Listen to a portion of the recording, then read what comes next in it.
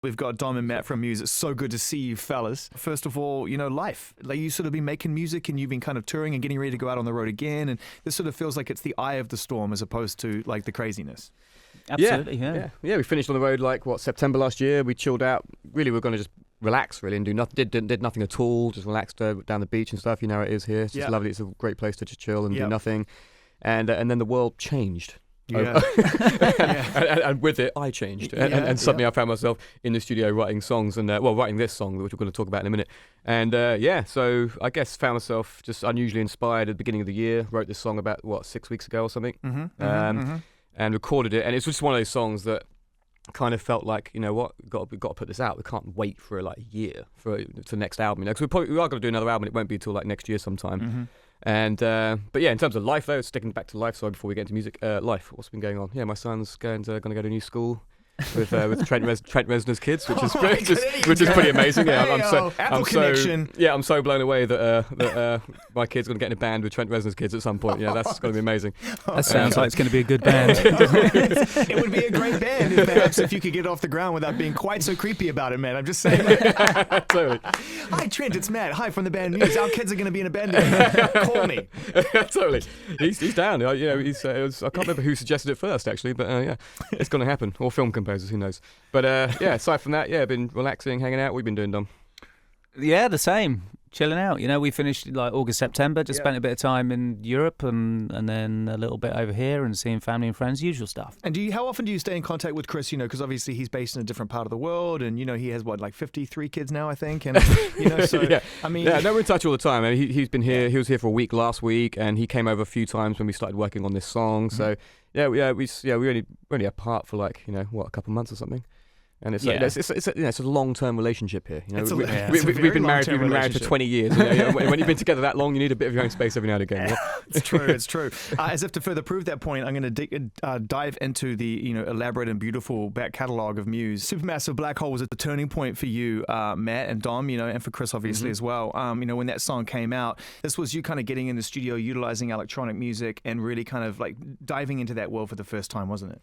Yeah, absolutely. Yeah. The first time we started, I guess, editing as a sort of creative form, using the laptop, the computer, whatever, as a way of chopping stuff up to make it sound cool, rather than always chopping ourselves up to try and perform everything, organically. Being a rock band, being instrumentalists, you always sort of tend to sort of work things out musically and then just record it and try and capture it in a very purist way. It's a bit of a 90s way of thinking, I guess. But yeah, Supermassive Black Hole was, I think, definitely a turning point where we realised that by chopping and making scratching sounds and looping stuff, for us that was even though we were 10 years behind the curve. But the laptop is an instrument, do you know what I mean? And I guess that was around about the time of making that song was when we realised that, basically, yeah.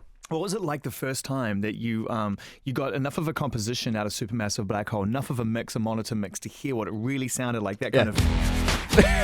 Totally. The first time you heard that come out of the speakers, try and take us back to that moment, because those integral cornerstone moments in a band's career. That is definitely, you picked a good one, yeah. For me, that was, listening to it back, it was when I got the rough mix home. I had a big pair of huge speakers at home, and I cranked it up, and I was going, finally, man, finally we're cool. People are actually going to dance to this, we actually, and not only that, it had like a sort of fun nature to it as well. It felt contemporary. It felt like exactly what rock was supposed to be at that point in time, you know? I mean, it was one of those tracks that felt like it's really good to get outside of your comfort zone when you get in the studio, and that's quite a difficult thing to do sometimes, and that was certainly one of those songs where we recorded it in a completely different way and not like the traditional performance techniques that we're used to. We got Matt and Don right here from Muse. We're counting down to the first play of a brand new song called Dig Down, which is finds you in a different frame of mind, I think, considering what's been happening around the world. Now, for me, whenever there is a massive global shake, something that changes the very fabric of being a human, and everyone around the world kind of acknowledges it. It could be a political shift, it could be something that's tragic, it could be something that's euphoric, but you always tend to go into that subject matter in a very dark way. Now, what we find here in a weird way is you in somewhat of an optimistic place, I think. Yeah. Even I was surprised by that. Yeah, it's we've been here before a couple of times. I'd say early 2000s. We had the Absolution album. That definitely felt like a reaction to fear of the world. Wars were breaking out. Bush was in power, all that kind of stuff. And then the sort of late 2000s. 2009, a bunch of protests going on in the UK. Uprising obviously came out of that. The G20 protests around where I lived. I used to see them all the time. Especially around the American embassy and stuff, and Yeah, and then again, recently what's going on, obviously this shift, the populism shift, this move to the right and everything that's going on that everyone's aware of. Yeah, but for some reason, I guess in all of it, it might be because I'm older, or it might be because I've done songs that sort of unleash the sort of the fear factor. I wanted to put a song out that actually talks about the fact that we have this inner strength that's going to help us get through this difficult period. And maybe it's because I've seen the cycle. You've seen it. We're old enough to have seen what it felt like to live through the Bush years and those wars breaking out. And we've kind of been through this before. Yeah. Maybe it's because I've been through it before and got through it before. And realise there is, hopefully this is just a temporary period that we're going to experience, that I'm able to look at it more optimistically and not sort of think, oh, the world's going to end now. And you took it right to the edge, man. I mean, I sort of felt like when Drones came out, Drones was what you'd been building towards. Like everything had been driving towards the idea, the concept, the lyrics, the music, the live performances, the videos. Drones was like, this is what I've been warning you all about. Bellamy, you took us to the brink of destruction, and then you've gone, wait. There's still love and hope there, underneath it all. We're thrilled to be able to sort of like share this moment to the release of music, and I think like, over the course of your journey, which is like, over 20 years now, 21 years or so now, you've been releasing records. You've always like looked for new ways to engage with your audience. You were one of the very first artists, along with the Trent Reznors of this world, to create this treasure hunt type approach to getting music. And it's not just the music, what goes alongside the music. How do you get the music? How do you consume it? How do you share it? How do you talk about it? What else is secret hidden in there? Yeah, absolutely. Yeah, I mean, in a weird way, it's somewhat, I feel like the way you can release music now is almost back like it was in the 1950s or 60s, where it's, you can just pump songs out, pump them out, and just like, and then like an album is for us, on this cycle, if you want to call it, is going to be more about the albums at the end of it rather than the beginning. Do you know what I mean?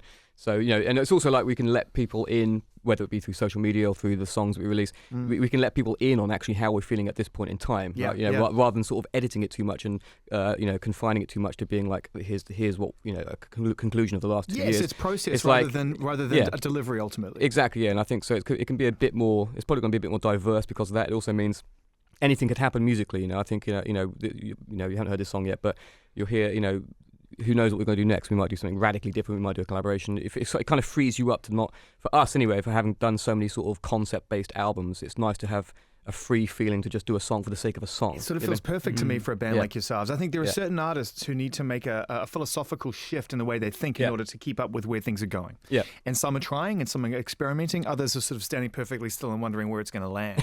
I sort of feel like you've always been searching for this freedom within the way you do things. And now it's almost like we've caught up with what you would have liked us to have done 10 years ago. Yeah, kind of. I kind of feel it's been part of what we do. I mean, like the Second Law album was an album where we did just do every song very differently, produced differently, really very experimental, but we still tried to force it into an album sort of concept. You know what I mean, whereas Drones really was a concept album. But looking back on Second Law, it kind of like felt like that's kind of the period we're about to go through now, which is like just doing what's right for the song without too much concern seeing about what connects, working out where you fit. Because I mean, you don't know, right? Ultimately, you can try and come up with this DOM all you want, but at the end of the day, sometimes songs connect that you probably catch you off guard. Absolutely, yeah. I mean, the way of doing it like this, I mean, there's something to be said for it, like the spontaneity of it. Doing it, the fact that this song is so kind of like fresh and new and releasing it so quickly, it's that like feels really great.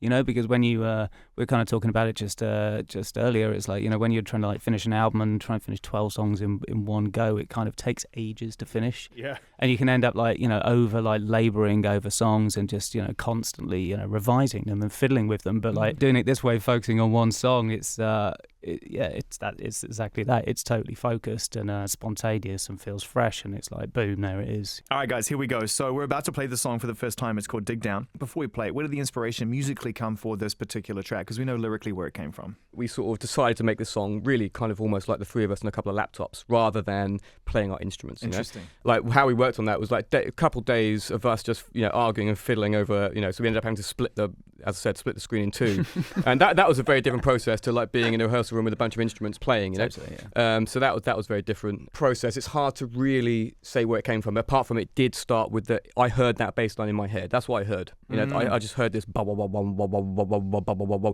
and it was just like a pulsing, hypnotic, very hypnotic. That would be the word I use. There's something hypnotic about it, like a menacing, hypnotic sound that I had to create, and Dom and I together created that sound. And you got it exactly as you heard it in your head. Yeah, I'd say it's pretty much exactly what I heard. But so I spent a long time just getting that sound, and then once I had that sound, I was just listening to it, going, "What is this? What am I feeling? What is this? What is?" And I started putting a few chord changes in there, and I was like, "Hold on a minute, gospel. Like, where did gospel come from? Like, I don't know how it went down the gospel route, but it did, and it ended up being basically this gospel electronic combo. So oh my gosh. So it's this hypnotic thing, and then this sort of feeling of wanting to convey a feeling of hope and sort of strength, and I guess that for some reason conjured up some bizarre buried love for gospel music that I didn't even know I had. You know what I mean? So, and I think what you said before with that is that it starts out, and I'm thinking, oh, you're going to go double time on this. It's going to go boom, boom, boom, boom, boom, boom, boom, and it's going to be like the beautiful beat. It's about to get real fucking tribal on us and totally push it out. But you actually give it this restraint, and you give it this delicate nature, which really catches us off guard and brings people in a different way. And when you listen back to that song now and you think about where it sits in the overall picture of what Muse represents, it feels like not just sort of freedom for us to think for ourselves, but also for you as a band to make whatever you want. I feel like this is another breaking point for you. Yeah, no, I'm hoping that is the case. Yeah, it felt really fresh, surprised how quick it came together, and it just felt so natural, considering how different it was to what we just did on the Jones album. It was really sort of. Yeah, it was a breakthrough emotionally as well, as you said. Have you made a video for the record? Is it coming out as well? Yeah, there's two ideas that we had that we somehow combined them together in this video. One of them was, do you remember Max Headroom? You remember the... Yeah. But do you remember how someone put on a mask back in the 80s on American TV? Someone put a mask on and hacked actual network television and did it. And to this day, nobody knows who did it. And the laws changed about what was pirate radio, pirate TV. Changed at that time. So we loved the idea of sort of someone hacking into news or hacking into TV or whatever. But in addition to that, we also wanted this sort of story of capturing a person going through some kind of real major struggle on screen, but also like finding a person who's actually been through a real struggle in real life to play that part. And so somehow we got all these parts to come together, and we found this amazing lady. You can take it from here. It kind of follows this lady's struggle, kind of fighting off these guys, using kung fu. There's a huge kung fu fight scene in it. This sounds like the greatest thing ever made. We play kind of like a sort of modern version of Max Headroom hacking some futuristic TV network. So it's kind of like, it's kind of set in the we love like 80s films like RoboCop, Aliens. Hang on, slow down. You're talking about. Hang on. So what we're expecting is an 80s throwback Max Headroom hack, pirate TV, RoboCop, Transformers type scenario that involves everyday struggle and kung fu. Yes, that's pretty much it. Sounds like the greatest thing of all time. Yeah. Oh, it's been a wonderful opportunity to hang out with some old friends, making still very fresh and exciting music. And really cool of you, I think, to let us into the process while you're doing it, rather than, like you say, sort of wait for this, another big kind of brain dump of ideas and everything else. And especially considering the work is not done. I mean, there's still touring to be done. North America this summer with 30 Seconds to Mars. Yeah, it should be fun. Which is going to be amazing. We don't have much of a production because we're playing these outdoor shows, so you can't bring all the drones, all the crazy stuff in there. So we just got Jared Leto in. Basically, that's far more interesting than a bunch of drones flying around it. Oh, you should definitely at some point during your set on your screen just have a picture of him at his prettiest. Just at his prettiest. I mean, is this something that, in terms of the camaraderie of it, that you're looking forward to as much as anything else?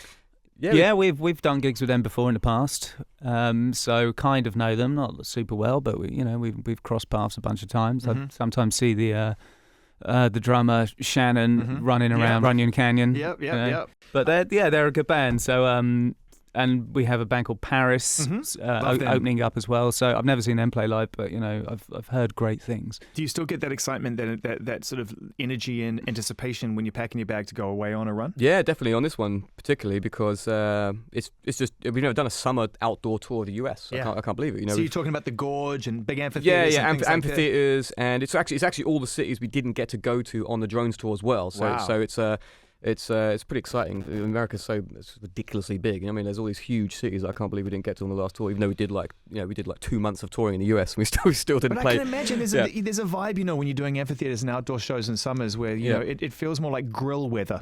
And there's a sense of camaraderie backstage that you don't get when you're in the bowels of an arena. Exactly. Yeah.